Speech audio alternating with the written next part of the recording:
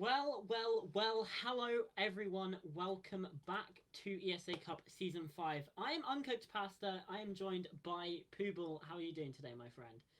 I'm good, and we've got an exciting day ahead of us. By the end of today, we'll have the top six teams locked in for this season of ESA Cup. Yeah, top six is going to be quite quite an impressive thing. We had 32 teams coming into this season, so to get to the top six is more than three quarters of the teams have already gone out of the competition, so it's pretty high bar. However, it is only the top three that get any of that prize pool at the end of the league. So you've got to get to that third place. So battle isn't over yet. And for these two teams, Molotov Gang UK and Empire Gaming, yeah, this is do or die. They are going to be eliminated if they lose this series. Yeah, and as you said, only top three get that cash prize. So I don't want to say it's all for nothing if you don't make it to that podium spot, but every team wants to get there. You want Yeah, to for get sure. something out of this. The experience, of course, invaluable. The more you play the game, the better you're going to be. But Yeah. everyone likes a bit of cash on top of that. And we've got a great few teams that have got this fast in the competition. We've got Minions and Entropy Gaming, the former champions in the upper bracket, but they get quite a break off. We're in the Yeah. lower bracket this week. We've been sort of going through those matches, and well, they've got MVG UK versus Empire. So I believe we should be looking at our map veto fairly shortly, um, as we are going to see hopefully what maps we're going to. Just hoping for confirmation. We're on the map veto. Okay, so we have, well, we should have our maps here on the screen. Yeah, we've lost our feed, but on the actual stream, I see Villa Sky and Chalet getting taken out from the side of MVG UK, Yeah, and Empire tunes about Club, Bank, and Theme. yeah, So we've got Border in play, which plays very differently from other maps. yeah, absolutely. So that Um, it's going to be interesting to see how that plays out. It's a very different style of siege we've got there. yeah, absolutely. So I can reveal that the maps that we are actually going to, Oh, the first map is going to be Oregon, and then it will be Border, and then finishing off on Cafe Dostoevsky. Should we get to map number three? So that's the actual order of play. Let's have a look at the social. Let's have a look at the social vote. See which team was favoured, because obviously we ask you guys on Twitter, if you're not following the Twitter at ESA_Cup, same as the Twitch link, so you can actually see who is favoured in these polls. And as it looks like 60% of people think MVG UK will come out better at the end of this. And obviously, looking ahead further in the bracket, the winner of this game plays Molotov Gang Germany. So we might actually see the UK team play the Germany team of Molotov Gang, which would be a very interesting game to watch, almost like an internal scrim that's being broadcast on an official channel, but just with a lot more at stake.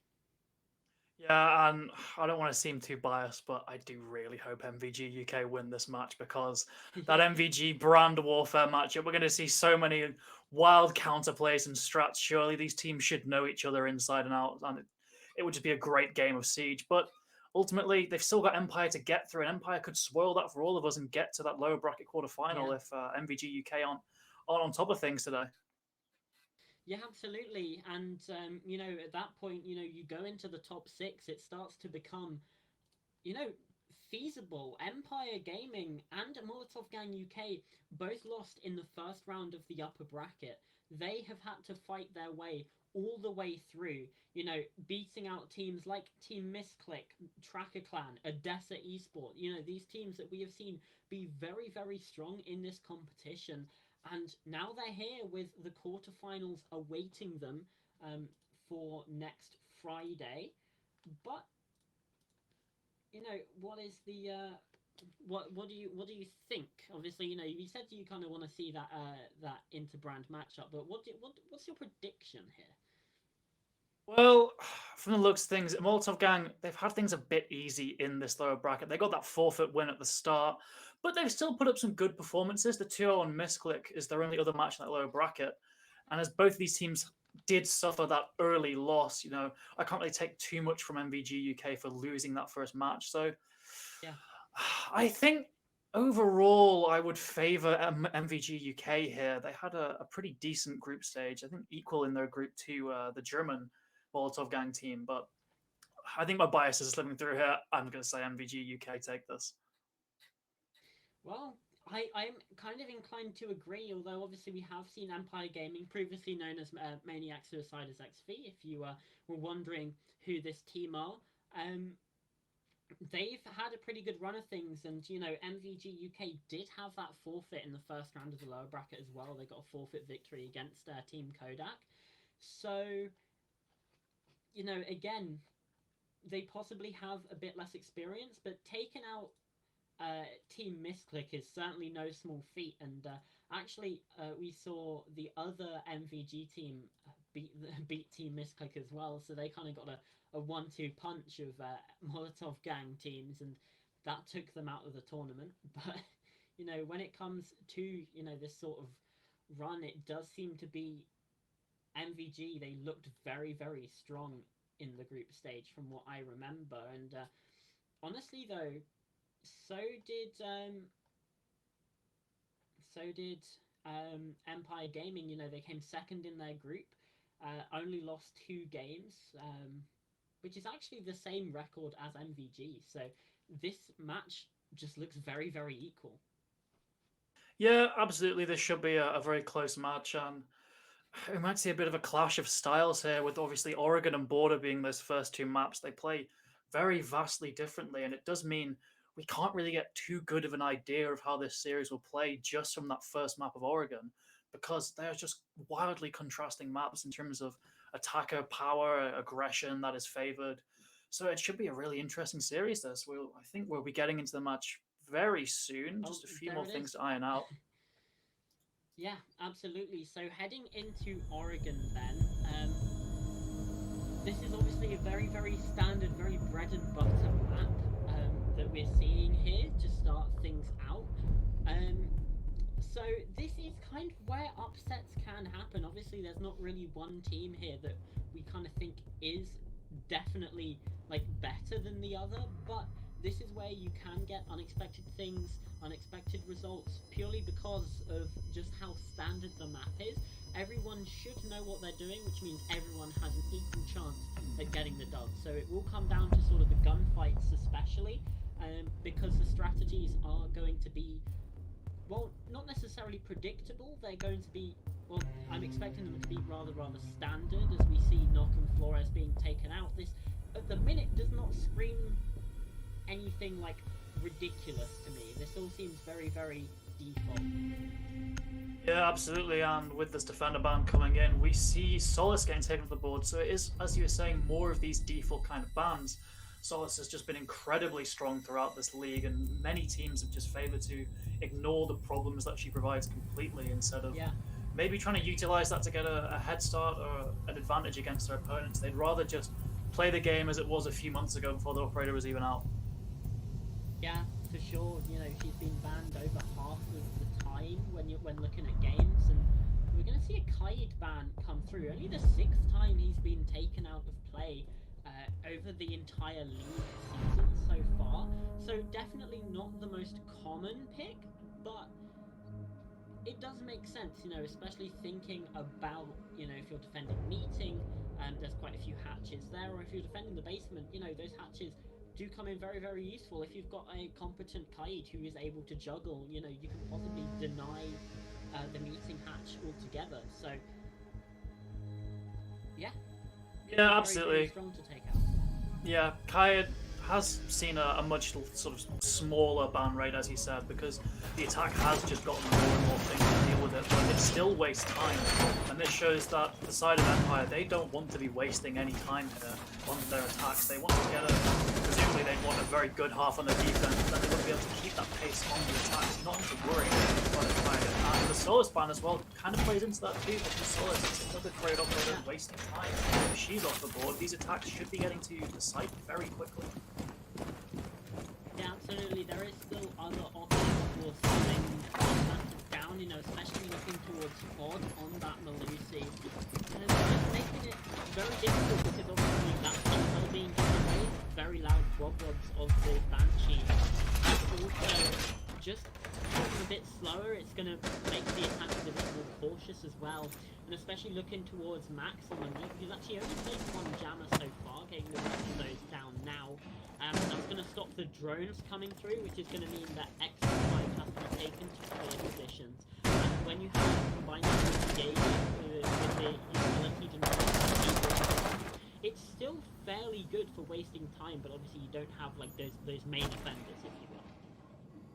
Yeah, absolutely, and this position especially, Jaeger, on that armory, he's going to have to get a crucial decision here. Does he stay there or does he get close to the site? And he chooses the safety of site. Jaeger just sticking in the games. That allows Perfect on the Ash to get immediate armory control. That's a key position here because there's no one in Trophy either. The attack given almost free reign of the east side of the top floor, but nothing at all. It's incredibly quick, and as you said, without this Kaya, it's going to be even faster when it comes to the execute. Still no damage to the side of the defenders, but as that mutual goes down, it's going to be incredibly easy for the attack to add this pressure to the site.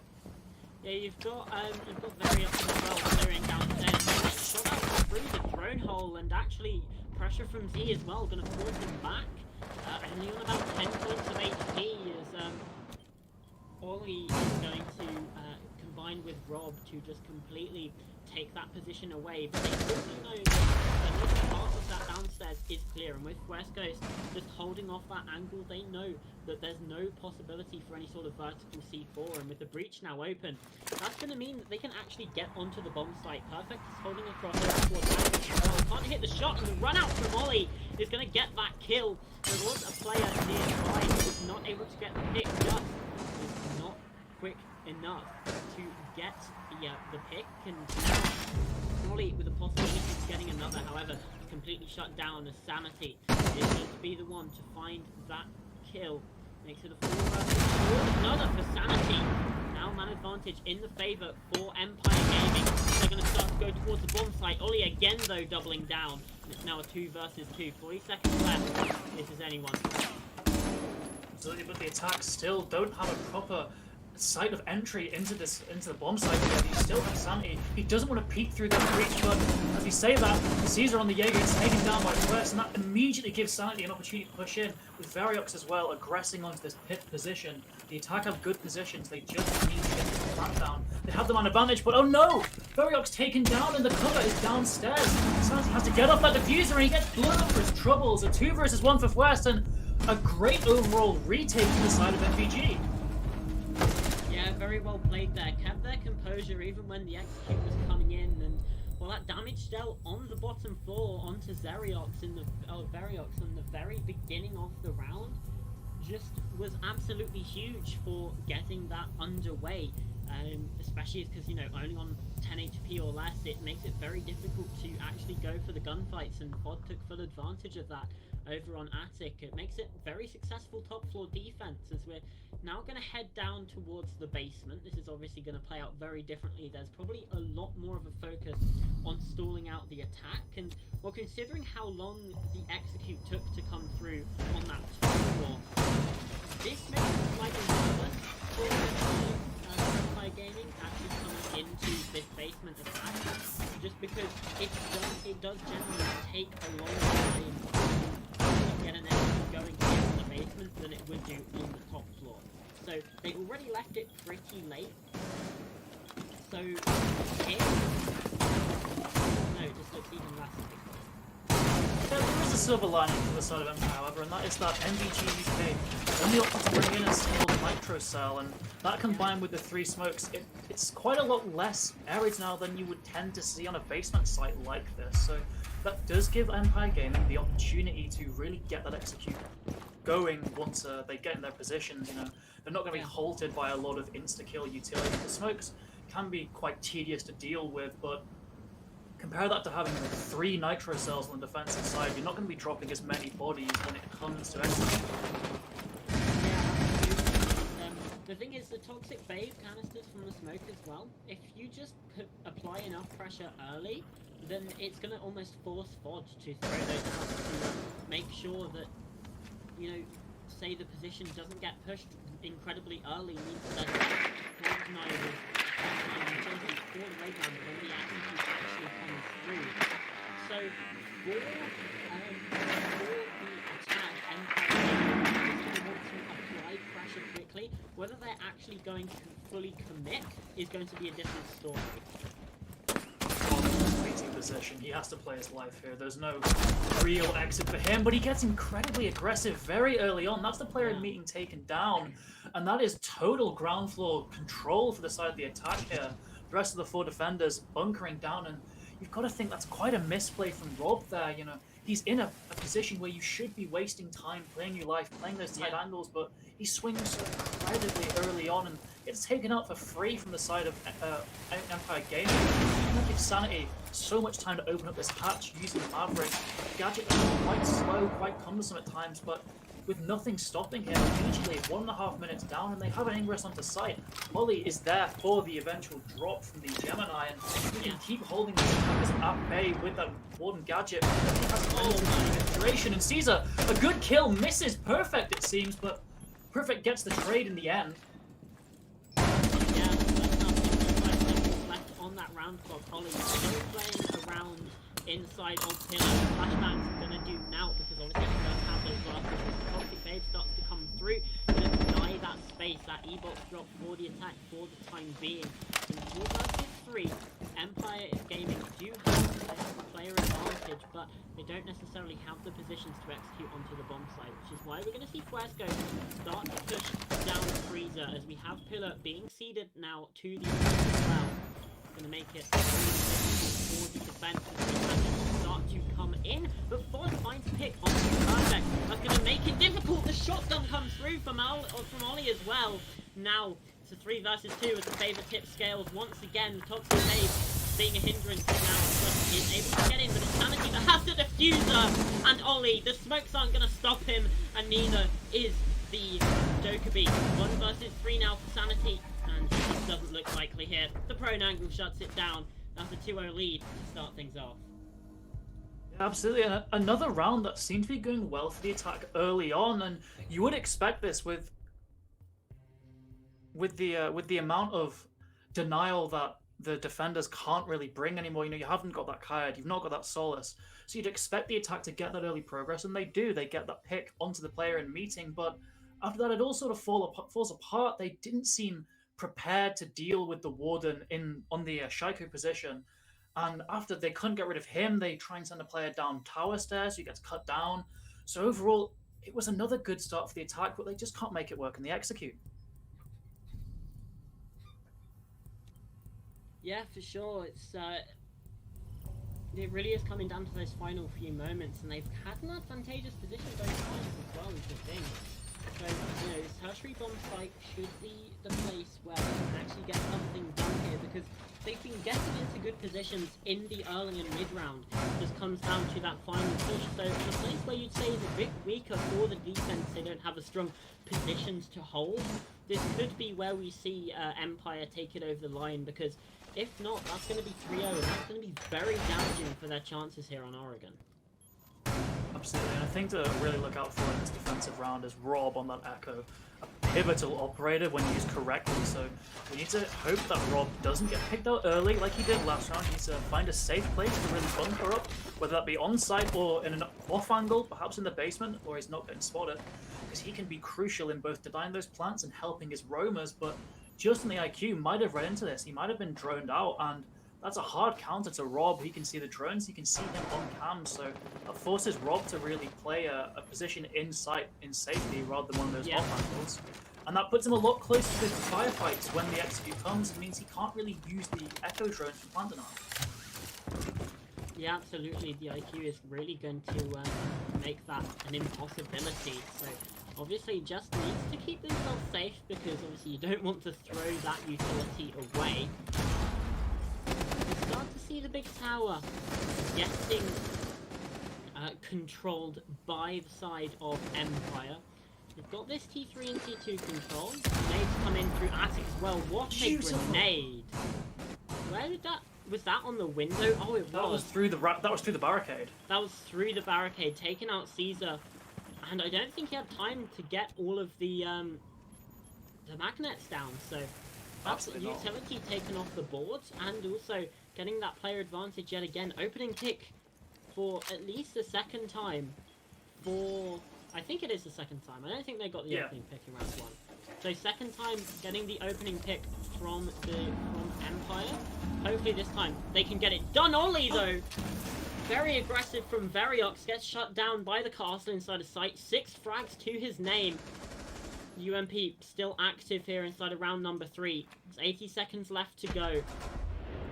This is starting to look dire for Empire because they just aren't really getting any control right now. They're just sitting still. Oh, never mind. Okay. Like, I was gonna say you still have Rob on the Echo causing a nuisance in the basement, but he gets taken down first. Ghost. He takes the initiative, pushes down Green Corridor, gets the kill, but Ollie still in that site, and Max, he's going for this vertical retake. They don't know he's there. A great kill onto Perfect, and now they can't go for a plant on the side of the attack. They need to clear these defenders out as Ford gets another. It's another good round that is just falling down the drain for the side of Empire. First Ghost though, he does get a pick, but Ollie doubles down. 1 versus 2 for just 30 seconds left to do it. It's certainly possible with the amount of time, but you just need to try and clear Max out of this vertical position first of all. The keeper barrier breaking is going to be the sound cue that gives away the position.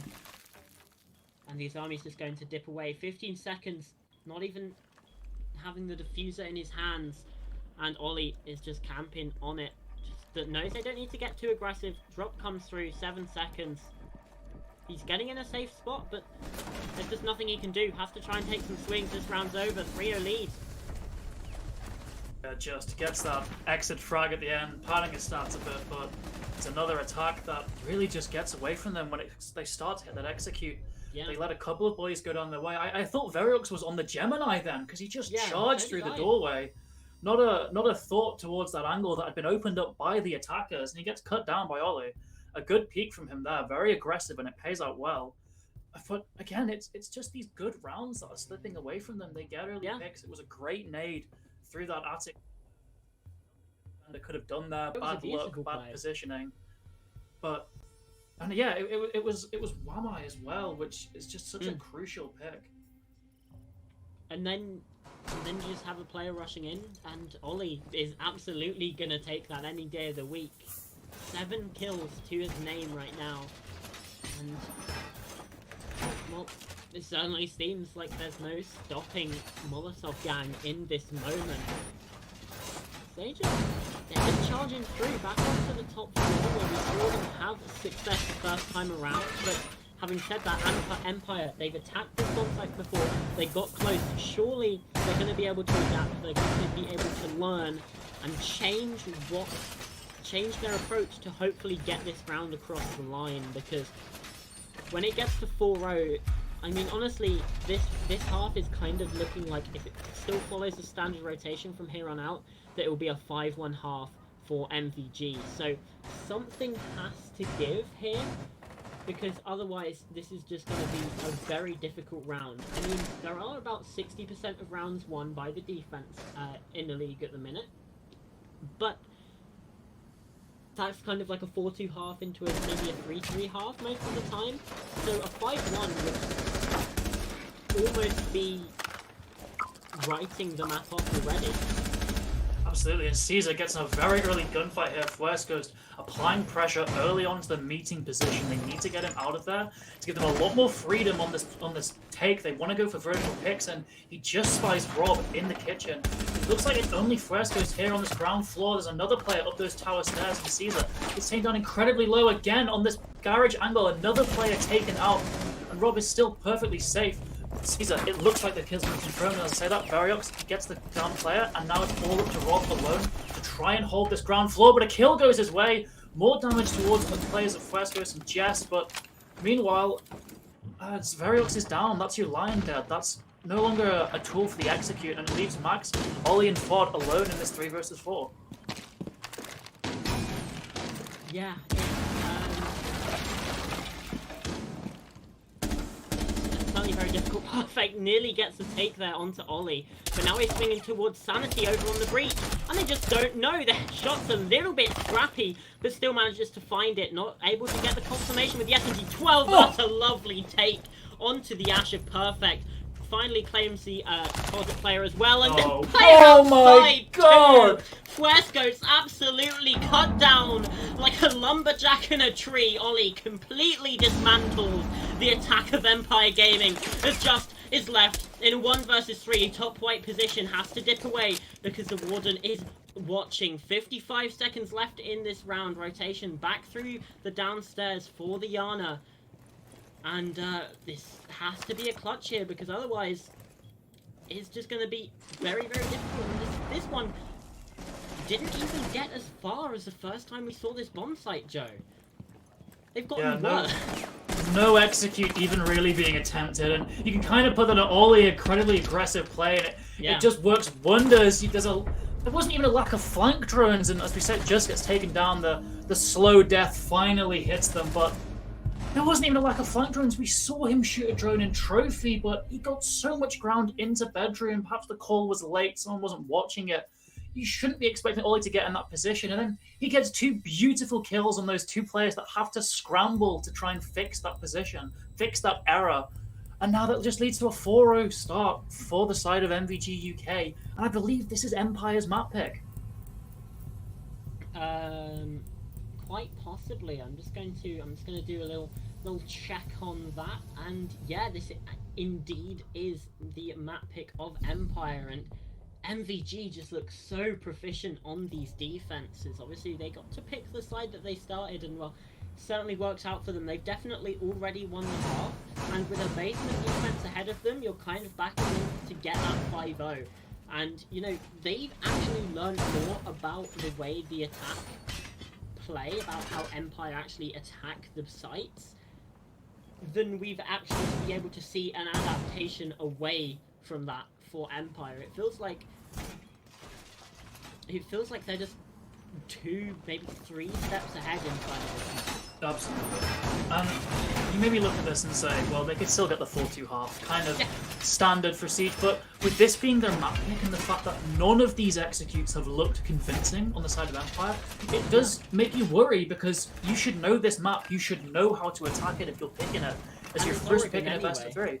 And it's Oregon. It's a map that every team should have in their repertoire. Every team should be able to play Oregon, should be able to put rounds on the board on the Oregon attack, but Empire just looked clueless. And again, as you said, going into this basement half, you would expect the defense to come away with this round, bring this to a 5-0 half on the side of MVG UK. Yeah, and possibly even get that flawless half of 6-0, and at that point, there's no more mistakes allowed. But obviously, that's looking towards the future, though we're just speculating. We don't actually know what will happen.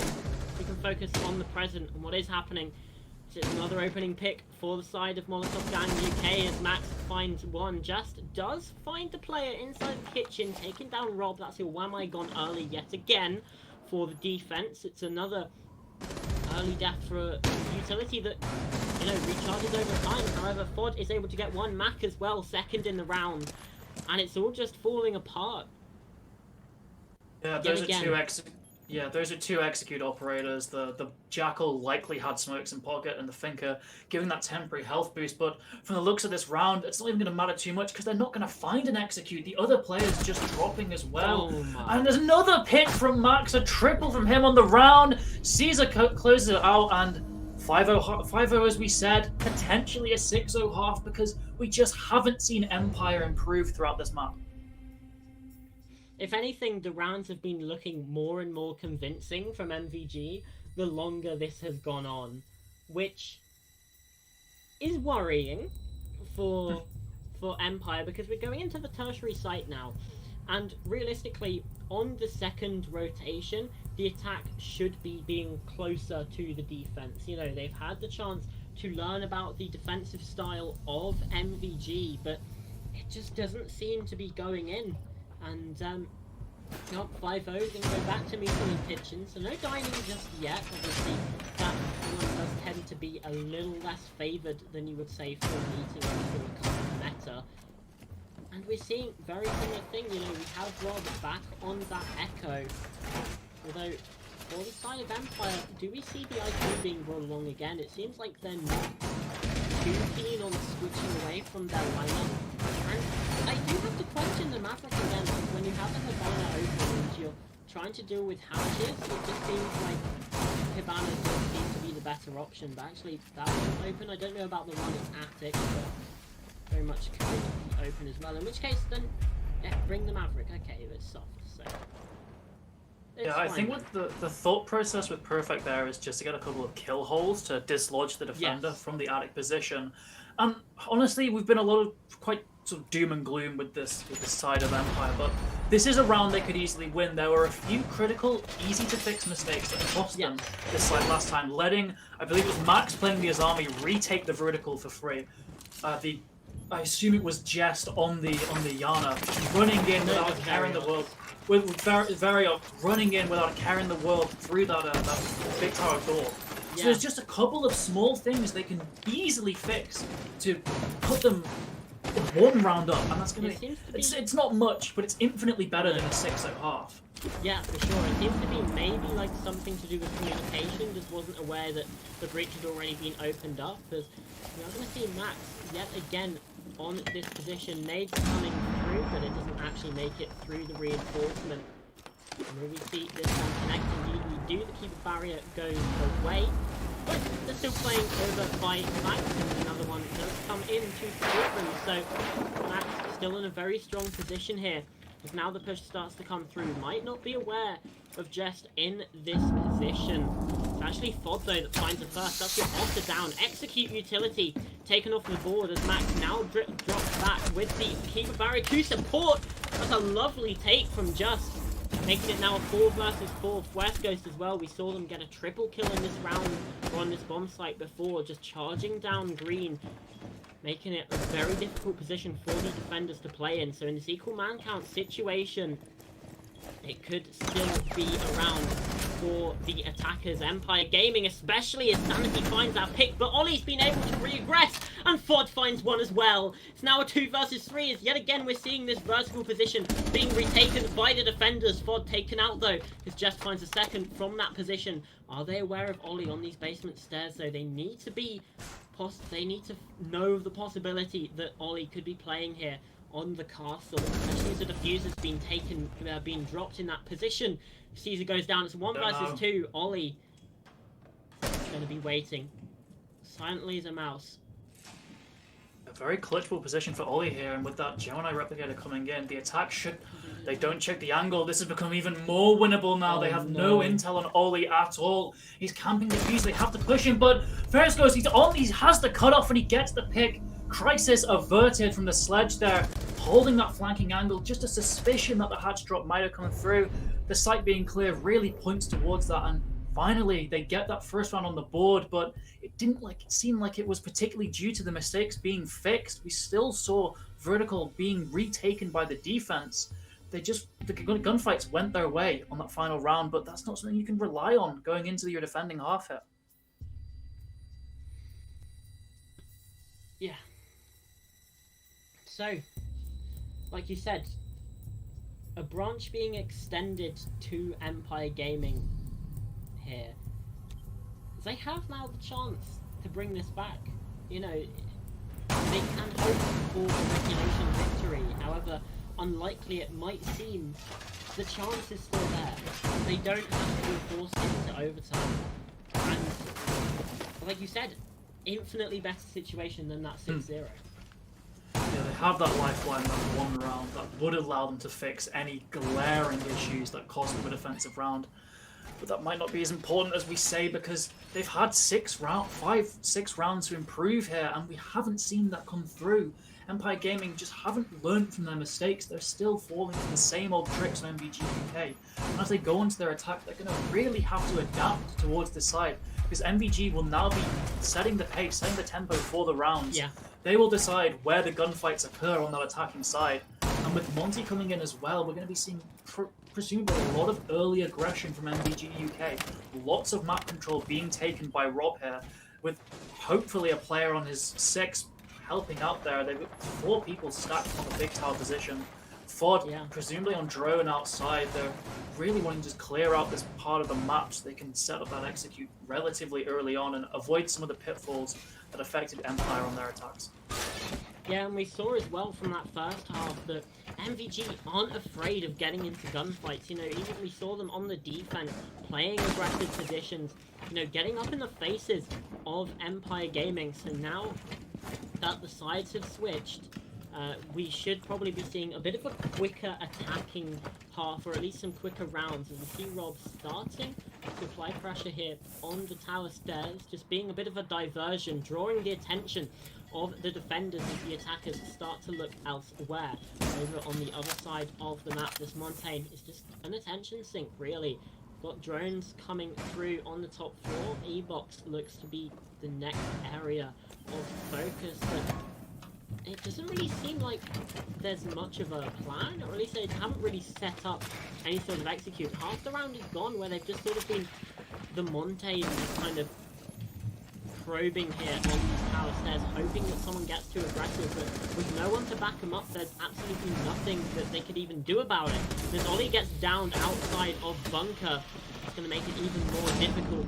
So, well, 2 comes come in from Variox, taken out by Max, but it's still 4 versus 3, and well, with a Montaigne you only have a pistol, and he doesn't even have his gun up at the moment, so it's almost a 4 versus 2 when you take that into account, as more drones get driven in and they get taken out as well. 60 seconds left for this execute to come through, because finally they might see some pressure, some actual action coming here from these tower stairs. Caesar just misses the player inside of Highway. As the Montaigne starts to go through, the flash is going to be good. It's now a 2 versus 2. As Caesar and Max find one apiece, and it's now just perfect. Left in a 1 versus 2. Max stormed in. Caesar able to be planted. Smoke has to try and clutch it out here. Toxic Babe comes out. Another one onto the default plant, but that is not where the Habana is getting that diffuser down. Indeed, it gets confirmed. Caesar taking a bit of damage through the smoke. The pre-fire comes through from Perfect. Makes it a 1 versus 1. SMG 11 though, it's notoriously difficult at this long range. Has an idea that they're playing inside of Pillar.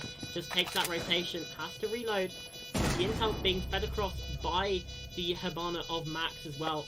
It's a very difficult round. Is there even enough time for this rotation? Perfect slow walking through blue. Certainly going to be close, and yes, Caesar knows where they are. The kill comes through! There just might not be enough time. He has to sprint there. 7 seconds it takes to defuse, and there with a second in hand. Very, very close, but Perfect clutches it out for Empire. Yet again, they stay alive. Yeah, that lifeline increased. They got those 2 rounds on the board, but still not a great position, and it wasn't a particularly good attack coming from MVG there. No. Very slow. Misusing the Monty, I'd say, on that tower stairs, yeah, for sure. Providing very little pressure, very little intel, just clearing the same 2 angles. But the gunfights did go the way of MVG UK. That explosive execute, when it hit, it did a lot of damage to Empire on site and brought it down to that 1 versus 2 clutch that Perfect does get. Brilliant play from the smoke there, played the angles well, good movement, good positioning, good use of the gadget. But ultimately, you just think with a bit more time, there wouldn't be much of a rush for MVG, and more gunfights would potentially go their way. They were looking a bit sloppy with those peaks, over-peaking a lot when it came down to it, because they just had such little time. So you'd like to see them approach this attack a little bit more differently. Get that wall open early. There's nothing stopping you. Get other angles, get more map control. Just work on the mistakes. Don't do the same thing Empire did on their attacking halves. Look at where things have gone wrong and address that point. Yeah, and the thing is as well, as we saw on their defense, they actually looked more aggressive on the defense, and maybe they were expecting Empire Gaming to do the same, to give up like a 3 early pick, but that just wasn't happening, and it made it very difficult to actually get onto the made it actually difficult to actually find anything on the bomb site, because they were waiting for the defense to get curious, to swing, and it just didn't come through. So very different defensive style from Empire, and I mean, even though they almost lost it, it looked pretty solid. It just came down to gunfights. Oh dear. That's that early pick you wanted. Variox taken down, and that gives the attack so much more leeway. Ollie charging through shower corridor. He immediately has this control up to the white stairs. Elsewhere, it looks like Rob getting very close to kitchen, just seeing if it's clear. Fuescos could catch him off guard, and indeed he does. That's your main vertical player taken off the board. It's going to be a lot harder for the sledge to get the same value. You only have those 4 nades, no longer that skeleton key shotgun, but Ollie, he pushes downstairs, trying to catch this rotate. It's read into perfectly. Fuescos could get traded here, a late trade, but still a trade. Another body off the board potentially, but Ollie, he takes a more passive angle. Both these players don't want to swing, don't want to give away their life here, because especially for Fuescos, he notices how important it is for him to stay alive, but he has to swing now. The intel is on him, but he wins the fight anyway. Another attacking round seems to be slipping away from the attackers here. This time it's MVG facing that curse. Yeah, 4 versus 3 now as Empire. They looked at a very strong spot. Oh my god, just how do you win that? Max had the shot lined up, but not able to connect, completely caught the Wamai off guard. And now Fod has to push up white stairs. No support from that closet side. And the pre-fires come through, not going to get done. Caesar did find one, but now on a slither of HP. Pushes in, the goo mine potentially fatal. Fod finds another. And surely this isn't the round they win, as Caesar pushes into the site, not aware of Perfect, and Sanity shuts it down. I mean, what a kill from just on that position, like, unbelievable. Yeah, caught off guard, but he knows someone's there. He takes that swing and he wins it, but Fuescos as well, and that Jaeger, a playmaker in that round, shutting down the more aggressive attackers, particularly the player trying to cut off the rotate. He knows that he's being hunted and he plays it perfectly. Waits for the drone to actually spot him before swinging, doesn't give his life away. And even if he died there, he wasted a lot of time, a lot of utility. So overall, very good play from Sanity. But yeah, again, it's another one of those attacking rounds where it starts off well with that opening pick, a lot of control given, but they fumble the execute, they fumble the later round steps. Yeah, it's the same story. We've seen it in both halves as well. It feels like we should be getting a better showing from MVG. I know, considering that first half, considering how easily they were able to pick apart the attack from Empire, but they're just falling into the same bad patterns that we saw. And it is kind of like a complete role reversal coming into the second half of this map. And I know we're being really negative, but it feels like very, very simple mistakes that are just being missed again and again and again. So let's focus on something else.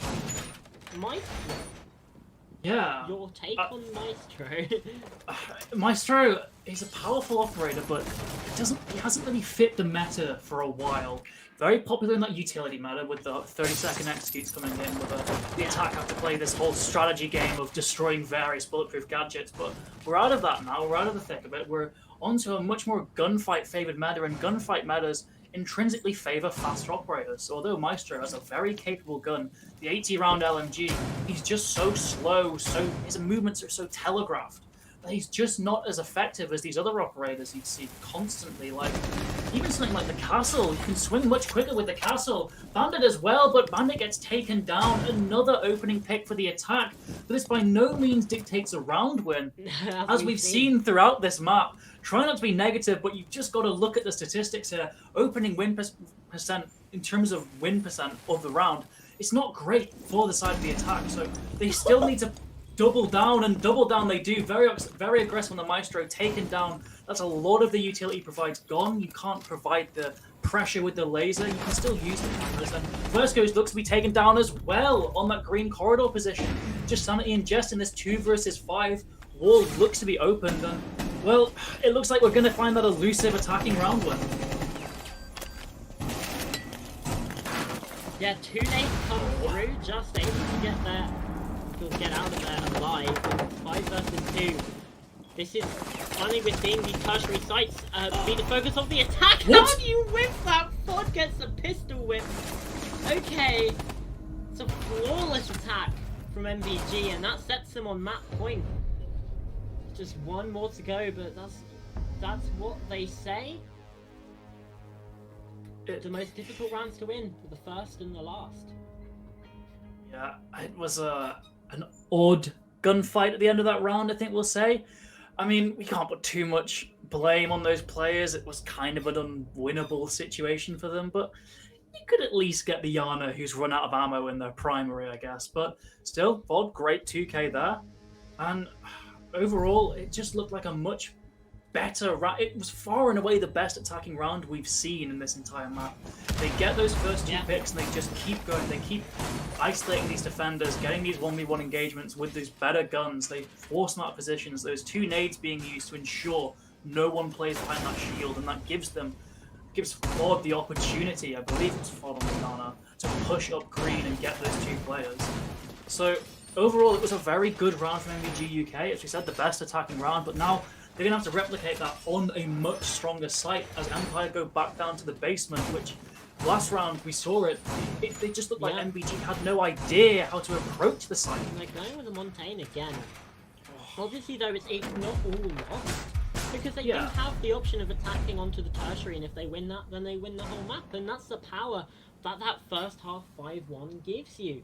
It allows you to just get that standard 4-2 rotation and just be safe. So that round under 12 is honestly going to be the highlight. Obviously, we expect defense to win here. Montaigne this time, no, again, not going in with this bunker push. Nades come through. Variox not forced out of that elbow position though, and we're actually seeing Frescos start to aggress up as well. Ollie forced away. Magnet's coming through. Shield still intact on the Shaiko position. See another EMP come through. Nade still caught by the Magnet. Ollie though finds it first. Can they keep this up? That's my question. Can they keep applying this pressure? And the Monty once again on the tower stairs, but there's no one behind it. I don't know how much I like this. He is able to get control of Pillar though. Variox does trade back, and well, this is certainly looking a bit closer. E4 come through. Easy work onto Ford, who's actually kind of stepped up. We obviously saw Ollie do massive work on the defensive half. Ford kind of been a hero of the attacking half for MVG. Not going to be able to affect this round much longer, so 4 versus 3 for the defense of Empire Gaming. They look in a strong spot. They have that man advantage, and they can just play these positions now. There's nothing to really clear them out. There's 2 more flashbangs on the side of Max, but elsewhere, Jesse does get taken down. Man can't even out as Max just pushes down this hatch. He's in that E-box position. He can try and get a plant down if need be, but his teammates will have to cover him, and Ollie's not even in the building yet. He's still outside bunker. He's relying on Max to call that it's clear, and the comm seems to have gone through as Ollie finally presses into the building, but this still is such bad positioning for the attack. They have to funnel through these doors, and they're facing a 3-way crossfire here. Sanity on that close position, and Variox can just swing out if the intel is given. There's nothing to open up that wall other than Rob, but they're going to want to be using that Monty to... Oh, never mind. Hibana does make that long rotate, but it's a slow breach, and Ollie gets taken down. Rob as well taken down. Variox, he's aggressing on this Monty, whiffs a few shots, but he's still applying so much pressure, and now it's all on Rob in the 1 versus 3. Doesn't even get the melee, only a down, and another round for Empire there. Yeah, much better defense than the first time we saw here. Obviously, this is certainly looking a bit closer. E4 come through. Easy work onto Ford, who's actually kind of stepped up. We obviously saw very well. Well, this is certainly looking a bit closer. E4 come through. Easy work onto very well played. Actually kind of stepped up. We obviously saw... Well, this is certainly looking a bit closer. With E4 come through. Easy work on. Wasn't expecting it. Actually kind of stepped up. We obviously that 4-2 rotation. This is certainly looking a bit closer. Ahead of us. E4 come through. Easy work onto Ford. Actually kind of stepped up. Yeah, we're going to need improvements from this the is side certainly of looking Empire a bit here, closer. because it was... E4 come through. Yeah, it's a stronger bomb site though. It is one of those the primary, secondary sites. Sure. This top floor, and Empire again looked good. It kind of came down to a hero play from Flascos down there. I believe it's him playing the Jaeger last round. Players sometimes swap roles if things haven't quite worked out. I believe it was Flascos. He got that pick onto the Buck. Crucial pick on this attack because the Buck is the only consistent, reliable vertical pressure going upwards. Yeah. You can use nades, but nades rely on intel, and intel can be outdated, or even worse, you sometimes have to blindly throw nades at high frequency positions. Whereas the Buck, you can just rip up that whole floor, make the defenders feel uncomfortable. So Rob, he needs to stay alive this time. He's not had a great match so far, so if he can just stay alive, not even get a kill, but stay alive and put that pressure on site, he could do great things. But Ollie, he does a great thing. He just marches into small tower, takes down the Azami, one of those active gadget operators, so not the full value being brought there as someone, I believe it's perfect, on the smooth, aggressors, and Ollie taken down. Again, these trades have been pretty good from both sides, but we still have FOD creeping up shower corridor, hoping that defenders haven't catch on to the fact that he is getting this aggressive, but he has to stop and use that drone because he doesn't want to peek a blind angle because there's just not enough intel coming from the rest of the players. FOD, he can't entry with one of his players down and the others getting these walls open, and that severely hampers the tempo of this attack. Yeah, absolutely. We've seen a minute go by. There's not really much pressure onto the bomb site at all. We're seeing more shotgun shots come through. Caesar taken down to about 55 to 60 points of health. And Frescos takes down the bot. Yet again, we've seen the exact same thing as Perfect takes down FOD as well. Frescos re-aggressing up through shower to the complete wraparound, but they're not here. They're over on that eastern side inside a master bedroom. The push comes in towards Trophy. The closet breach should start to get opened up, and well, Viewmind should have given away the position, but still allows Caesar to get the kill. Breach opened up now. That attic position is going to become a lot more difficult to find as Max gets the kill onto Just. And this is now starting to look a little bit scary for Empire. They just have 2 versus 2 now. The reminder, they were in a 4 versus 2, but 2 good picks coming the other way. Caesar is still very low. That Goomine is just going to be another stall out yet again. 1 minute though is plenty of time to get this execute underway, so it's just a waiting game. Sitting incredibly still. Trying to be team Sansi finds a pixel angle through the shield. The Caesar finds one. It's now incredibly possible that this could be the last round of the game. However, Caesar is down now. Max, about 20 HP, does not feel secure enough to get down this diffuser, hoping that Sanity just gets a little bit too curious, a little bit just tetchy in this position. Obviously with 30 seconds, you want to try and go for a swing, but it's very good discipline. Diffuser starting to go down now, whip shots onto the ash, and the diffuser looks like it might get stuck, but no, he actually gets it, and Sanity clutches up yet again another 1 versus 2 to keep Empire Gaming in this map. Oregon is not over yet. Sanity finding so much value with those Valkyrie cams. You know, we talked about that Goo Needle giving away the mark of the player and how it was a bit of a misplay on the defense, but he was on camera as well. We saw those yellow pings go through, and that was really what gave him the confidence to steer clear, stick in his position, not get too aggressive in that 1v1, because they had complete total intel on exactly what that Thermite was doing when he went on that plant.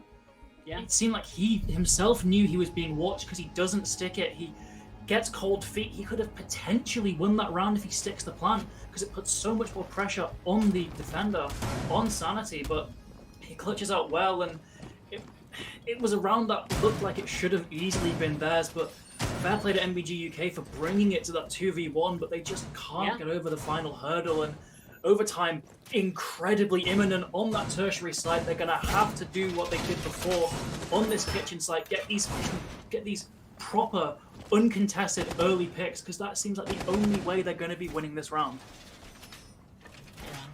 Sometimes, you know, I feel like they should have like cameras on the whole time, because I saw your face the moment that the player got off the plant, and yeah, it's one of those tricky decisions in the heat of the moment. Yeah, you have to decide, do I want to die with my both hands on that case, or do I want to try and go for that gunfight? Because there's so many different like factors that go into that. You obviously gain an additional win condition with the case down, but you also can't protect yourself. You can't find that last pick. You already have the win condition of kills. You don't necessarily need to get the diffuser down. So, by no means pointing the finger at Max there. It's an impossible situation, really. So they just need to reset mentally and really just focus on this round. Keep playing it one round at a time. And they need to be fully dialed in onto this attack. Don't care about the mistakes of the past. And a great usage of the Brava there, hacking that Maestro cam, getting rid of the Bandit batteries. And Vod, meanwhile, the Maverick finally pays dividends. We've been critical of that pick, but he gets a kill, I believe, onto the attic position, and now that gives the attackers so much control here. They've got the wall open, and they can start to get into attic. Absolutely, Verilog still does have one of those cameras. We're seeing a little bit of uncertainty. You see there's no Mozzie in this fence to claim the gadgets back, so that camera will be firmly in the hands. We saw the bulletproof camera use the EMP blast just to take it down for at least a little bit. Just to give that security to the defense, and I'm liking the look of this flank. I'm not necessarily sure it should be the smoke going for it, but just any sort of pressure from the bracement just to keep the attackers worried, keep them guessing, will just be welcome, especially in this man disadvantaged situation. There's a minute left to go now as well, and Fod is possibly hunting over on the other side.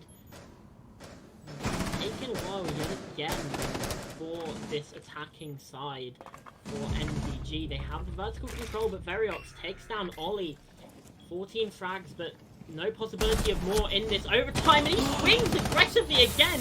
Rob does find one to trade it back 3 versus 3. That's on the top floor. But you still have the player down below. Perfect, taken down, and Fod is just closing in on this position. Rob and Fod are just going to look to try and swing this together. There's now 1 versus 3. Frankers still in the basement, still yet to make their way upstairs. The diffuser now making its way all the way over to kitchen. They know that the smoke is over here on this side, and it's shut down by MVG. The map goes their way, 7 rounds to 5. And they can just breathe a little sigh of relief, because that certainly got close, and especially with Veriox going big for those 2 picks on the Maestro, it very easily could have gone a different way. Absolutely, and it wasn't just the round, it was the whole match got frighteningly close. As we saw Empire claw back round by round, winning 5 out of 7 of those last rounds. Nearly the comeback right there, and it was just especially impressive because they looked so poor on their attacks. It looked like they didn't have a clue how to execute, which we said it was quite alarming because it's their map pick, but they show why they picked it with those excellent defenses, and they almost get it over the line to overtime. Yeah, absolutely. It's become it got way too close. Like we said, they could have ended it in that round 11. They could have ended it before that. There was also another 1v2 from Perfect all the way back in round 7. That's just the way the cookie crumbles. So match 1, Oregon goes the way of Molotov Gang UK. Don't go anywhere though, because Border will be coming up shortly. I've been told to stall. Never mind.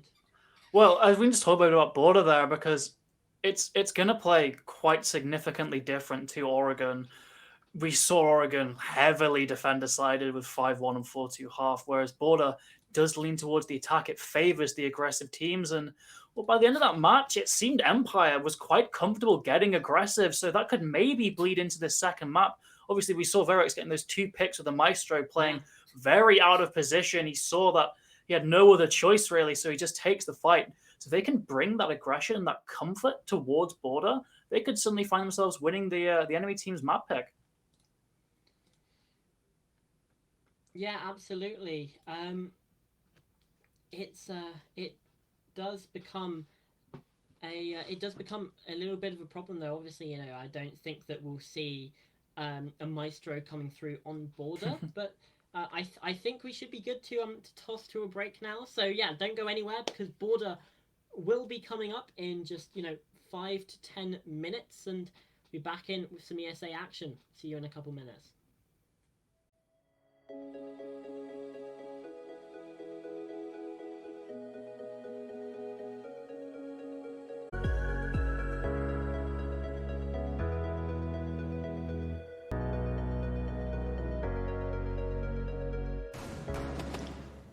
Hello, Hi. boo. We've still got Oregon. There was a protest Yay. in the 12th round, so you're still stuck with good old Boregon.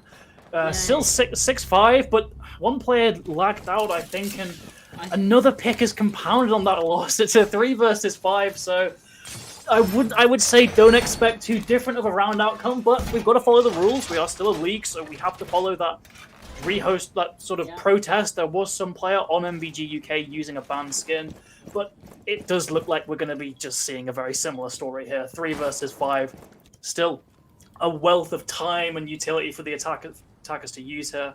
They just have to really play this properly. Don't throw away such a huge advantage here. Yeah, absolutely. Just a little note for those of you on the stream. The overlay has done a little bit of a switcheroo. That's fine. NVG are actually on the right, Empire are actually on the left. So that's just a little bit of housekeeping there. Perfect has returned into the lobby as First finds one. So it's now not looking all too bad, especially if it goes to overtime. Perfect is gonna still be able to participate. So round continues to tick away yet again. There is a defender that's very up over on this southern side. Could possibly get into an engagement with Ford. The flashbang comes through and they're just not able to escape. Beautiful swing, beautiful take. Now it is just Sanity left. 1 versus 4 this round. Looks like the rehost and the round replay was completely unnecessary. Obviously, clutches do still happen, but with 80 seconds left on the clock, you got drones coming in. They're almost certainly going to figure out where the Jaeger is playing eventually. Just got a little bit of a prone angle. Just, just looking. But this breach is going to come through. And there goes Rob. So, it's 7-5 again.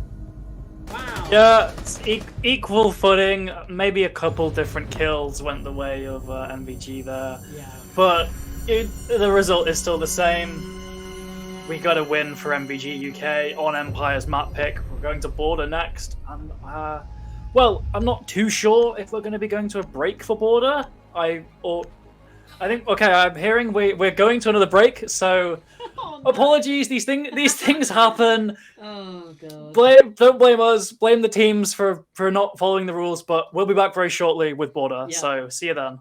Bye.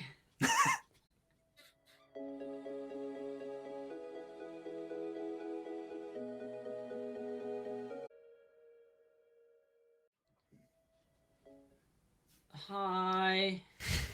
We're back. Hello. Yay. More Siege. We're going into Yep. Border. How exciting. Yeah, we've had a bit of a strange end to Oregon, I think we'll all agree. But Yep.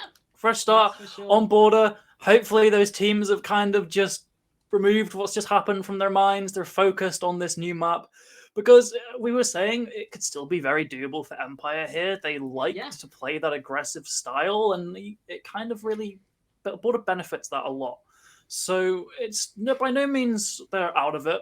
So we could still see Empire really come back here, but it was already kind of a crushing loss on Oregon there. They were so close to a comeback, and then they even got the extra round and they lost it. So that can really hit you mentally. So it's hopefully because we all want to see a map 3, very entertaining. Hopefully Empire really sort of got that out of their head. They're ready to get into this map and play it fresh. Yeah.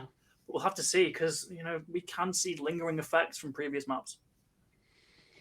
Yeah, absolutely. And I mean, personally, some of us might want to see a map 3. I haven't eaten yet tonight, so I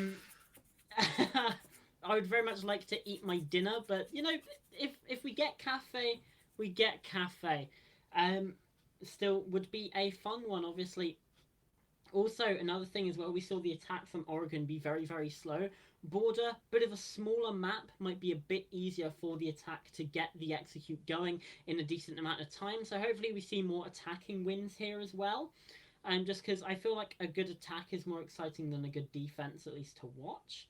But yeah, that's just a couple of the hopefuls as well. Obviously, like I said, Border, smaller map. So hopefully quicker rounds, build the intensity up a little bit, make the game feel a little bit more high stakes, because we saw it come down to like those final 20-second executes, and that's just not the meta that we're in at the minute. We saw two 1v2s from the side of Empire Gaming as well to keep them in the map. Although it didn't end up going their way, we saw these flashes of brilliance coming through from them. Yeah, absolutely, and it did seem like overall the gunfights favoured the side of MVG UK, but Empire still had some nice shots. They were still winning on these executes on their defense, so Yeah, it could certainly benefit them going into border here. As we said, by no means done, but considering the mental effect of that previous map, you've got to favour MVG going into border here. for sure. I think, yeah, obviously this is their map pick and everything, so you just gotta favour them. You just gotta. Yeah, I'm seeing that first ban Ying off the board straight away. Ying quite commonly picked on border. It makes those executes a lot easier, and it's especially like more potent when you consider that there's a lot of gunfights that happen early on in this map to really weaken the defense. So it makes those Ying pushes a lot easier to execute because there'll be less bodies on site. So immediately that makes it harder for the attack to convert these good rounds into round wins. And that was a problem we saw from the attacks on Oregon. They had good starts, but they just couldn't really connect it. They couldn't properly go onto site and win those rounds. And with those being taken out as well, that's another operator that really focuses these side executes. Yeah, absolutely. Obviously, we've seen them be very strong on border in the past, so it's not really a surprise to see being taken out here. So now we start to look towards the defenders, which in my opinion is a little harder to predict what we might see coming through. Will be a Solus again, which, kind of keeping in theme. And I mean, we might see a Kaid again. I'm not entirely certain about that one because you don't really see much Kaid play at all here on border. But yeah, who knows? I'm gonna guess Mira. I think these teams are not gonna want to face against Mira purely because Mira can really slow down those attacks. And after seeing how weak their attacks were in Oregon, they might not want to face it, but they choose the Valkyrie instead, realizing that the intel, another one of those highly banned defenders, the intel she provides can also be very good for the defense, especially in terms of vertical play. You can give away those vertical positions quite early on, but if you still have the Valkyrie cams, it makes it quite easy to take those challenges between the floorboards, especially with nitro cells and impact grenades. So a good ban there for the defenders. I believe it was MVG taking away Valkyrie. Or they did lose a couple of those rounds on Oregon because the Valk really hindered their final push, and when it was left in those 2v2, 1v2 situations, the defense just had such a huge advantage because of that intel. Absolutely. So coming into this first round, we're not going to see any of that utility come through, which honestly is quite common to see on board, but when she is allowed through the veto. However, that does mean we are going to get Azami in the third of that sort of trident of operators that we see be very, very prevalent either in the ban rate or the pick rate, which is Solus, Valkyrie, and Azami. So, because I mean, the keep barriers are just so useful. You can make entirely new fortified positions. With them being bulletproof, it's going to make it a lot easier to hold down. Looking at areas like security, although actually Caesar is down below in detention. I think they've just opened up a little angle in the detention wall. Although the attack not coming from that direction, and we see Caesar rotating back up. So it should be, I reckon, where we see this army is going to be in this sort of security area. It's going to make it a defensive stronghold, essentially, as Ollie finds the best. Yep, good pick from Ollie onto the nades, and I really think the thing that's going to establish these attacking rounds is the Mira finds another. It's going to be how they deal with the mirror windows and the Kiba barricades, and nades is one way, but they can also just send a body in, and Sanity, he takes down that player. Ollie wants to get aggressive, try and further that man advantage, but he pays for it. But Fod gets the pick onto Sanity, and he leaves us in a 2v3, 1v3 now for Jess as he crawls in. He just soldiers on in through metal stairs, but taken down by Max, so they don't even really attempt to bypass this mirror Kiba barrier setup. They just go with this straight aggression, and it doesn't work. Just seeing that knife at the end, just very silly. But yeah, that's round for MVG, and it felt like it wasn't necessarily the biggest challenge for them. Obviously, you know, we did see those two picks come back the other way, taking out Ollie and I believe Rob as well, but in the end, MVG just kind of had it on lock, didn't lose a single player after that, and they just had the positions very, very strong, and the mirror was a massive part of that, like you mentioned. So, as we're going to go to the Bathroom Tellers site now inside of round number 2, a lot more pressure is going to be on getting that vertical control. The main areas that you're going to see the attackers try to get control of is office upstairs and workshop to the west of the bomb. That is where we're going to see the majority of the focus from the attack come from. At least that's what you usually see. You usually see a lot more security pressure when attacking onto armory lockers. Obviously, we didn't get that, so who knows? And we're seeing that Mute Mozzie pairing being brought up here. An echo of a meta long gone. We see that those two operators played a lot, but they're still quite effective at burning time, of stalling those drones out, and that gives the defense a lot more space to work with as it forces the attack to bring their bodies up closer to destroy that utility without actually having it cleared.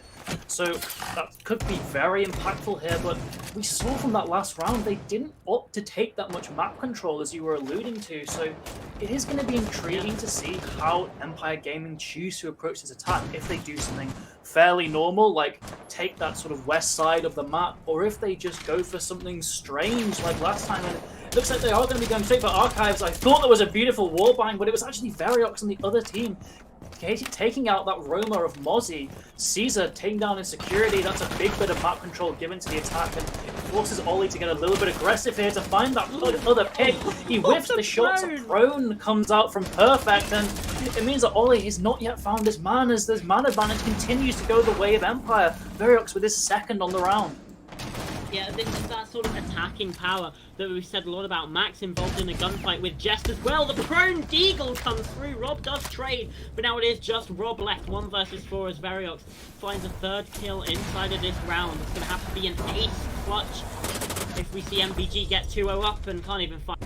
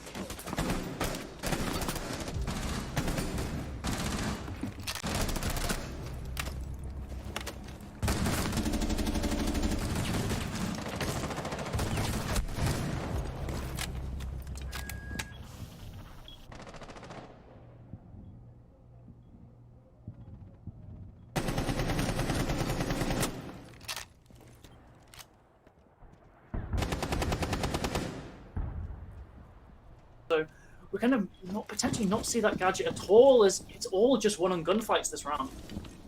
Absolutely, we did see a bit of a whiff coming through from Fod. Fuascos lives to fight another day, but obviously there is a lot of advantage that you would give to MVG in this situation. The time is continuing to tick down. Sanity finds one. Rob, though, runs out of bullets on the DMR.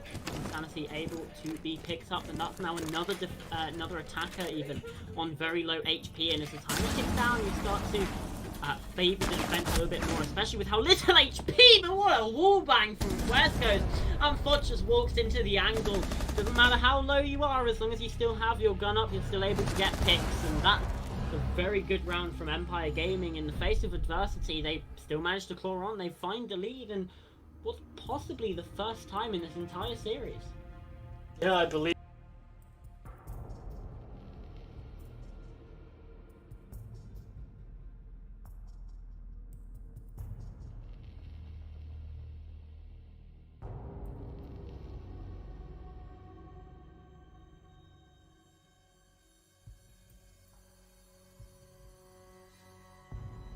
Either falling quite early or being damaged incredibly so early on. We were pointing out Fuascos, he might not be able to go for as many plays that other round, but it doesn't matter that he was on 1 HP. He still had the confidence to go for those fights, and he ended up just winning the round for his team on that third attack. So we go to the top floor again now. So this site would say a little bit more favours for defense, especially looking at the bans. You often see Ying and also push on the so the Metals with a little bit of safe harbour here on the top floor, looking to make it 2-2, tie things up inside of this map. But then again, we've seen two very good attacks come through from Empire, and we're seeing the confidence that we haven't actually seen from them all evening. Possibly, like you said, reinvigorated, and this could actually be a decent attacking round. Obviously, it did get kind of close. We did see 2 very good picks come through, but it wasn't enough inside of that round number 1. This time, now that they have the round wins under their belt, it could just be that little bit of extra push they need to take this over the line. Yeah, but we are really going to need to see how Empire approached his mirror windows, because it was a conundrum that they just simply couldn't solve last time. They tried throwing bodies in, they got the mirror player, but the trades just favoured MVG heavily, and it looks like they are still bringing these nades, so not dying immediately is a good start here. They lost 2 nades incredibly early, but Ollie gets a very good pick on the run out. That's not nades gone, but it's still a piece of destructive utility down. He's still quick peeking on these 2 players here. Almost gets the ace, and the sledge has still been taken down a decent amount of health. Sledge down, so that's 2 nades off the board. A second set of nades off the board. Ollie is just tearing them up on top metal here, and once again, they just haven't been able to solve this. Hold up, 4th on the round. That's leaving no sets of nades left on this round for the attackers. It's all left to Jest alone in the 1v5. Hasn't even entered the building yet, and this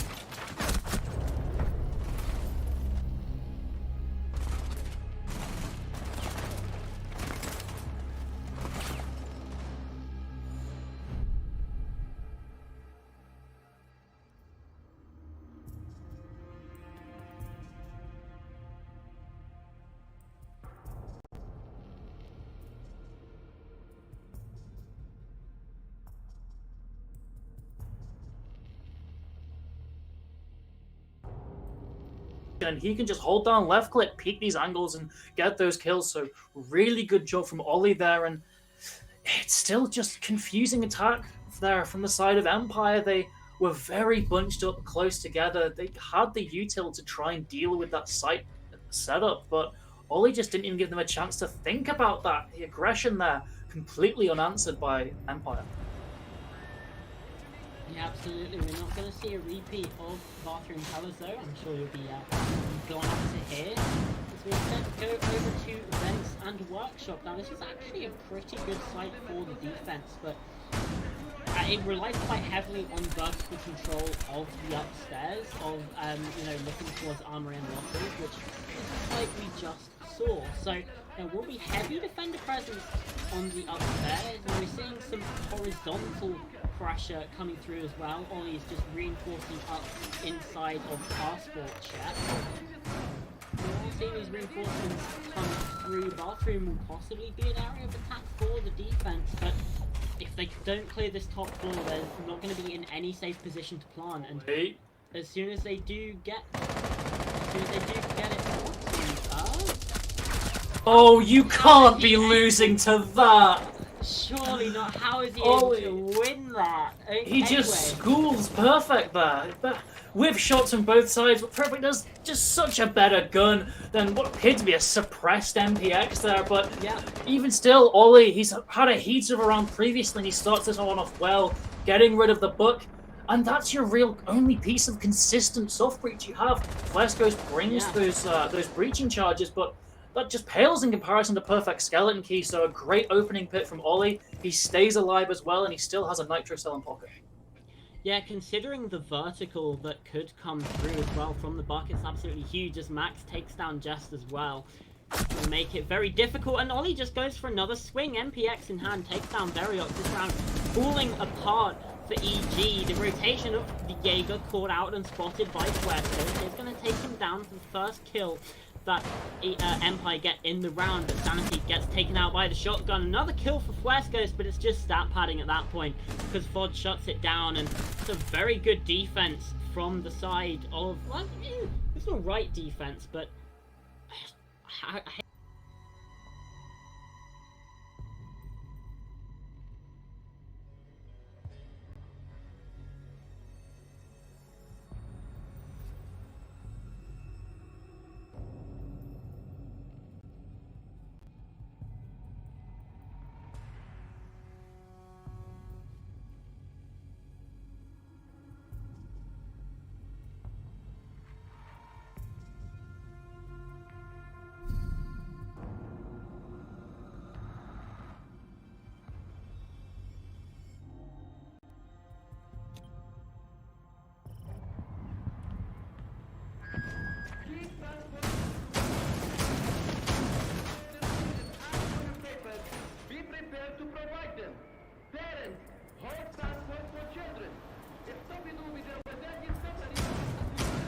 the events postcard will have to be discussed another day because we go back to Bathroom and Tellers. Obviously, we saw these two attacking wins both come on this bomb site. So hopefully for Empire, they're able to get third here, because if it's a 4-2 half, again, it just feels like MVG just has way too much of an advantage heading into the latter 6 rounds of the map. And 3-3 really is the bare minimum for attacking on border, especially like with Solus and Valkyrie banned out. Obviously, there's no also Yin and Ossa, but I feel like there's still plenty of execute utility available, whereas Solus and Valkyrie is a massive chunk of the intel that's available for the defense immediately gone. Absolutely, it should be an attacker favored map here, and Caesar gets one traded out, but that's Fuse, the sort of playmaking operator here that really clears out the side. And Ollie on this position again. He wants to go for these cheeky pixel kills. Surely it's not a repeat here. He sees the player, but I think this pick is going to get away from him, and quite wisely he turns his attention to the player down in square. Sledge doesn't seem to be aware that Ollie is pushed down. The intel is on him, but Ollie doesn't really want to swing here. Meanwhile, Jest, he gets two. Gets one in a second. Meanwhile, another pick falls the way of Empire, leaving MVG actually in a man disadvantage, but Ollie picks up perfect and suddenly evens out this man count. 10 kills, and another thing you don't see often, Joe. Thinker LMG, although Ford does find...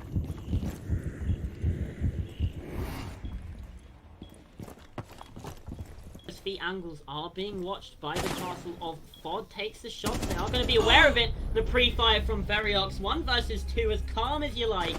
Makes it an even half here, 3-3. Now, like I said, bare minimum for the attack of Empires. Now they head to the defense. We've got Armory Lockers coming up first, but after that, it's kind of up in the air. There's no real consensus here on Border. Yeah, absolutely. We should be expecting to see this round being won by Empire, just based off the statistics of this match. But these other defensive sites are a real toss-up, and with this being MVG's map pick, surely you'd expect them to have a better grasp at attacking overall than Empire. So it's still very much doable for Empire, for MVG, even though Empire did win that final round. It's really up to whether or not they can stop. Whether or not they can not rely on hero plays from Ollie. Ollie had a great half, but elsewhere, these other players haven't got the best score lines, and you could argue, well, Ollie's just killing everyone before they even get a chance, but still, it's not exactly been a team effort here. It's been Ollie leading the way just by a mile here on Border, so we need to see the rest of these players stepping up, start playing as a team, because that is ever so important when you're attacking, even on a map like Border. Absolutely. So, we head into round 7 now, and this is where, at the same time, this is possibly where Empire get that kind of upset potential. Coming on this defense, they have the opportunity to play a little bit unexpected, really get under the skin of the attack, and this is why we're seeing Variox inside of detention, opened up the wall, but there's absolutely no one on this side of the map, and if they are, well, they're going all the way into that side entrance over by the square. Ollie, very quick entry though, is on the hunt. You can see absolutely deletes Variox from this round, and well, this is slightly dangerous now because you've got a player with nades directly underneath the bomb site. The position from Perfect is also quite predictable, just drops down now, and well, suddenly, as the defense, you don't quite know where to place yourself because you have this constant threat from downstairs.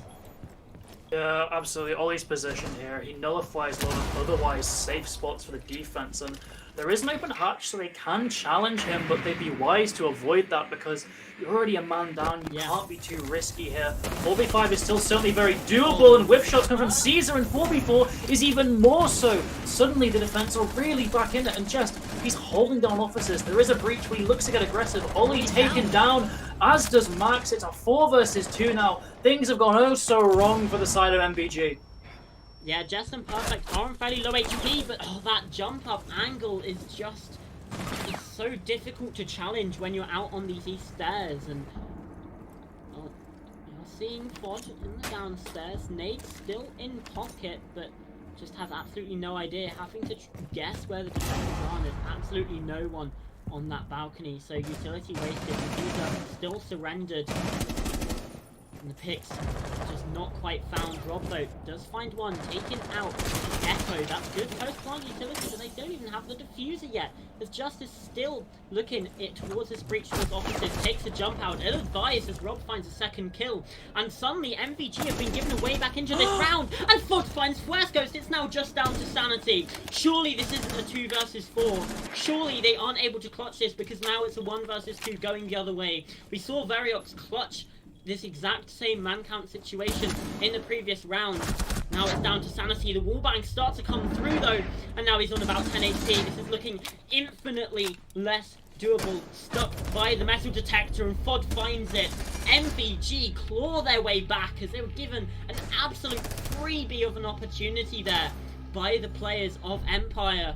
And well, just because you're kind of favoured on this bomb site, just because you're in a favoured position, doesn't mean you should give yourself up on a plate to the attackers, because especially MVG, they can and will take advantage of you. Yeah, and it's really the opposite of what we were praising MVG for when they were in that massive man advantage. MVG, we saw them play it slow, wait for these crossfires to be established, for these easy trades, but Empire, they were just taking 1v1s, a bit too confident in the round, particularly just there vaulting through that angle. It already at a disadvantage going through the animation, and he had no real intel on the ace player there, just going for a swing, and but albeit the ace was there, but he just didn't win the gunfight, and it really, that was the key thing that evened out the man count and made the round slip away. So we need Empire to really repeat the start of that round, but do the end drastically differently, because it was a great start. They get those 2 picks, trade goes the way, and now they're in a 4 versus 2. Just don't give them 1v1s. It's always the worst thing you can do in Siege when you're up. in man count. Don't give 1v1s. Make the most of your higher number. It's just elementary maths, really. Just 2 is better than 1. You can split up into pairs, go for these fights if you really want to, or just play on site and hold these fixed angles. Yeah, absolutely. There was a big problem that the attackers didn't have the diffuser either. So Jet could have just held that, but decides to get aggressive, jumps out onto the breach, and well, it all falls apart from there, and it's just, yeah, too aggressive, too risky. They did overheat inside this round. Here comes Varios though, and with the shots onto Ollie, he's been given an absolute free. He's been given a second life, and he actually gets the pick as well. Elsewhere, Caesar has been downed. I think that's from the spawn peak upstairs, but that's just a situation that shouldn't be happening. Death runs out of ammo, and Fod's able to collect.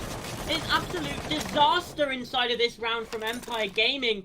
It's just going awfully. Caesar's picked back up as well. Now it's a 5 versus 3 for the attack, and MVG, we've seen them in these man advantage situations, and well, the difference is they don't tend to throw them, although Fresco's does find the first pick. Perfect. Now goes hunting. He gets taken out by Fod. They're just constantly watching over each other, making sure that they have the angles, they have the coverage.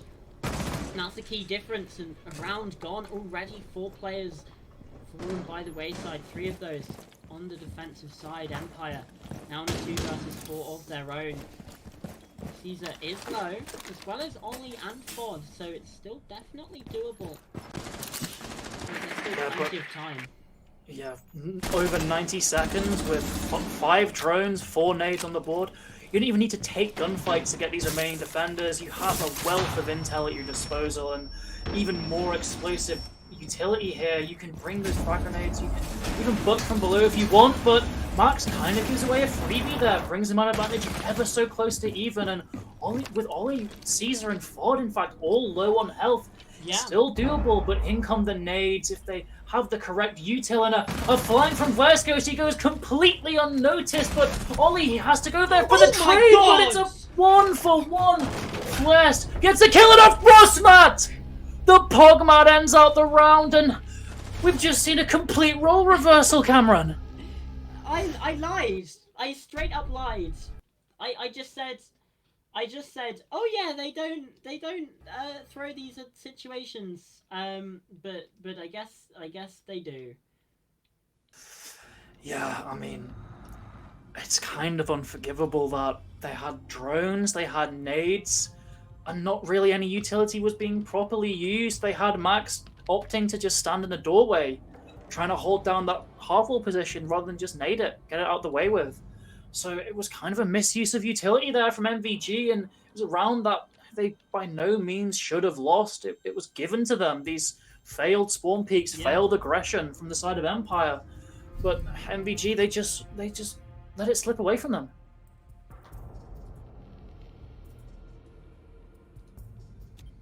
Yeah, so as we head into this round now.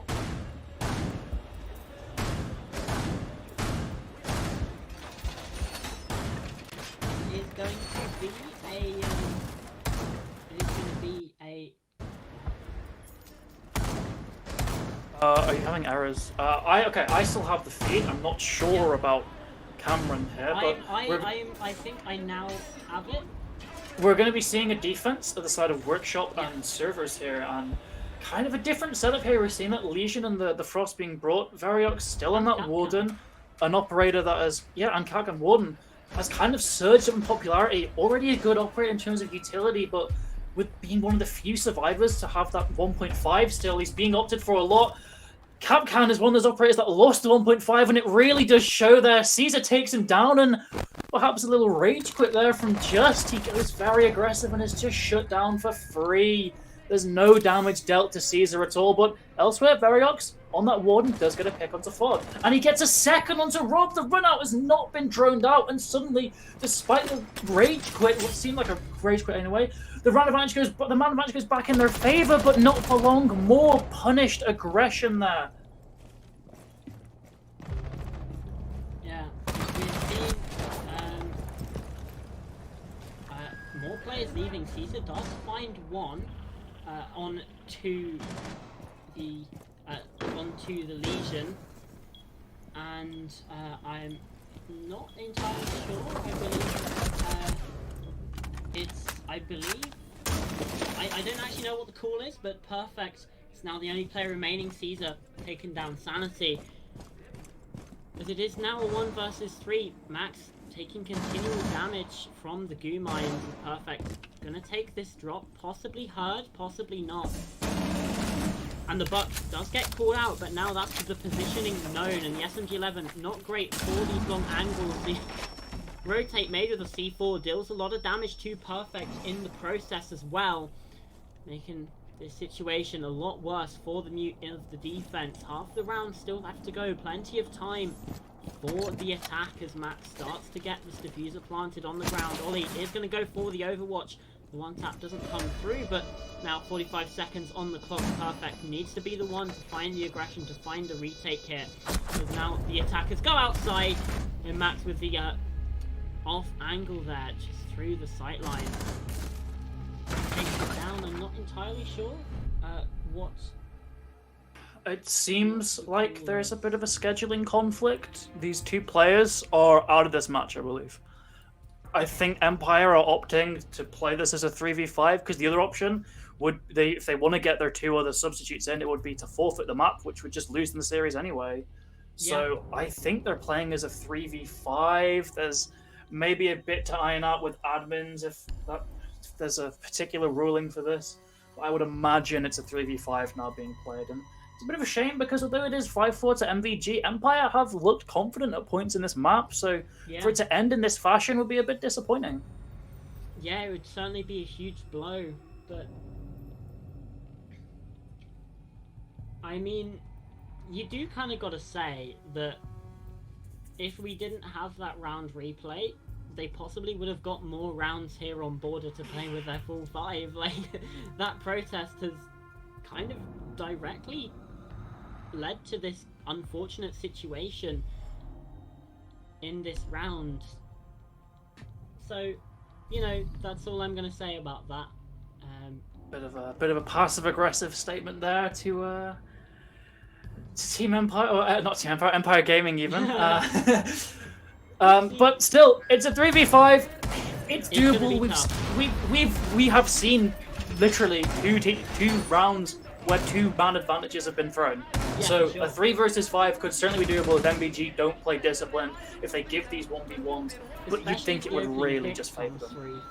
For Empire, and they're able to get out untraded. That's going to be huge. Yeah, but to get an opening pick like that, it does require aggression from Empire, and their aggression just hasn't been hitting the marks. And of course, they go for an early pick and they lose that engagement. It's a 4 versus 2 or 5 versus 2. We've seen a couple of 4v2s be thrown, but certainly with that extra man, it's so much easier. You can just play for trades. That's all they need to do in these remaining possibly 2 rounds, maybe more. Just play for the trades. You have that man count advantage easily given to you at the start of every round. It's effectively 2 opening picks that are just automatically given for nothing. Not a single bullet has to be used. So MVG in a very strong position to win this match. Yeah, and we do get that Interbrand match that we probably wanted to see. The vertical though from Fuescos goes unpunished, and Caesar finds one Sanity as well, and it's now a 3 versus 3. The wallbang nearly collects Bod as well. Sanity does just dip back, doesn't want to overheat inside of Workshop, and just gets a little bit further back. Fuescos is still on the upstairs as well. Now the rotates come through. Sanity actually getting more aggressive. Does eventually fall back. Does need to be aware of Rob inside of Passport check though. But they don't know about Fuescos yet again. And it seems like playing in this 3 versus 5 has given a bit of a lease of life to the side. Because it's a flawless round from Empire Gaming. Somehow they managed to pull it off. Absolutely, and you could just point that onto MVG not properly clearing, but Perfect also leaving. I'm not sure what the call is this time, if Perfect rejoins or not, or if they now have to play a 2 versus 5. But going back on that previous round, MVG, they didn't look as disciplined as previously. It looked as though they were just assuming things to be clear assuming that because there were only 3 men alive, they couldn't be holding these default angles, and we saw Fuescos get a freebie through the floor, and this aggression came in. And I believe this is a bit of a Wi-Fi issue that is coming through. So we should have the player rejoining the lobby fairly quickly. Just a bit of a crash or a lag out there. So they're not continuing playing 2 versus 5. It is hopefully going to stick 3v5. Which is not a sentence I thought I would say on broadcast. Hopefully it's going to be a 3 versus 5. But yeah, 5-5. We could maybe even see Cafe here. And do they have to just... I don't know. Overtime is certainly looking doable now, but yeah, hopefully that one round for MVG will serve as a bit of a wake-up call that they didn't can't... play too badly though. I think they just... Maybe a couple drones missed here and there, but overall it felt just like EG just very much got out. Just winning the ones, really. They just compounded, and every member won their gunfight, really, and it led to, quite strangely, a flawless round for a team with only 3 players. So it looked good for Empire, and it again is a shame that they've lost these 2 players. That timings just haven't really worked out, because we could have seen a comeback here, and we still potentially could. But even if we get to Cafe, there's 2 other players that would be joining as substitutes. They're gonna be fresh, but they're not maybe gonna be properly warmed up, not in the game as much as these other 8 players who've had to go through these series, who really properly turned on now. So I just don't know if they've got it in them. Yeah, absolutely. So we are going to head into round number 11.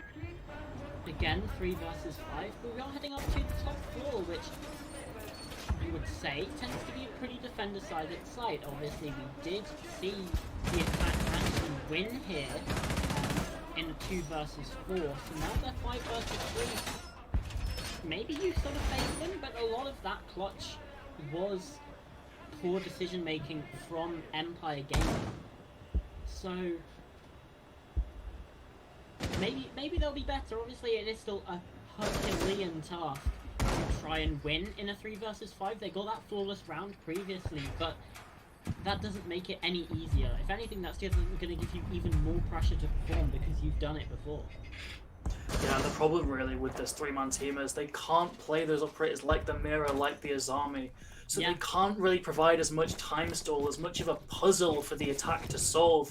They're instead just choosing to go for these comfort picks to try and get kills. But Fuescos, his aggression is read into perfectly by Fod, taken down, leaving them in a 2 versus 5. A real dire situation for Empire Gaming here. They've got the Wamai and the Frost still on the board, but with a mountain of utility on the side of the attack, it's already looking like a done round here. Yeah, absolutely. In the 2v5, it just becomes a little more difficult. You've got Ollie immediately on the bomb site. The street starts to get opened up. Sanity distracted by the shield of the Montaigne makes it a 1 versus 5 now as Caesar takes down Perfect. It's flawless from MVG. They take down all 3 players, and this is kind of what we expected to see the first time around. Yeah, there's just not really much to talk about there. They just lost the gunfights, and because they had no bodies really available, it just led to an easy round win. I guess an interesting thing there, most interesting that happened in that round is it seems like you don't get the flawless round pop-up if there's 3 men on the enemy team. Yeah, because no one died, but it popped up. It only shows up if you get 5 kills. But oddly enough, it shows up for the 3-man team if none of them die. Yeah, because they got 5 kills and 0 deaths in the round. That's all like it's measuring. Interesting siege things to pass the time, because what seems to be like an inevitable end of MVG taking this map because of other circumstances that are really out of control of MVG. They've kind of been gifted a free win here, it seems like. Yeah. But it's not over yet. They're going for this ground floor site. They're picking double these real frost man comfort win, fragging ups. We see that Oryx, we see that Mozzie. Yeah. The Frost as well, maybe trying to get a Pogmat, trying to get in the minds of MVG, anything to win this, but it does seem like a done deal. They seem like they've kind of accepted defeat already, which Yeah. obviously I understand. It's not a mindset you really should have, but can't blame them. 2 men down. Oh no, absolutely not. Facing an attacking border side, it's just unfortunate. Yeah, for sure. And again, it's another thing. It's another thing to note about decisions made previously in the series that wasted time. So yeah, not much there. And also, it is incredible because this looked like it was going to be a good map for Empire Gaming as well. Like they possibly even win here, but now they're playing in the 3v5. It's almost impossible. Boss G. Oh, the G disrespect. He already brought the Monty to bully them when they're down 2 players, and now bringing out all kinds of weird and wacky weapon combinations, it seems. Just Ollie rubbing it in here. They've already, almost a victory lap, you could say, for MVG. I know we keep repeating it's unfortunate, but it really is. But they get a pick, but it doesn't really matter because it's still 4 versus 3, 4 versus 2, technically. No. Boss G, as he said, gets the kill. 1 versus 5 for Perfect to potentially deflect to stop that win, but Ollie just prones in. The trade is there. And MVG, they knock out Empire Gaming and they bring us to that brand warfare in the lower quarterfinals.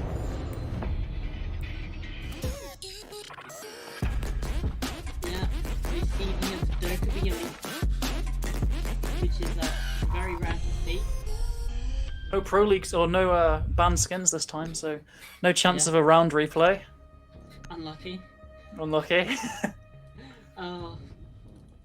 But yeah, it wasn't the best series. It was played with some issues, but yeah, we still saw some good Siege in there. In between the cracks, we saw some good Siege, and commiserations to Empire. I'm sure this isn't the way they want to be eliminated, and I guess congratulations to Molotov Gang, because now they get to fight the other Molotov Gang.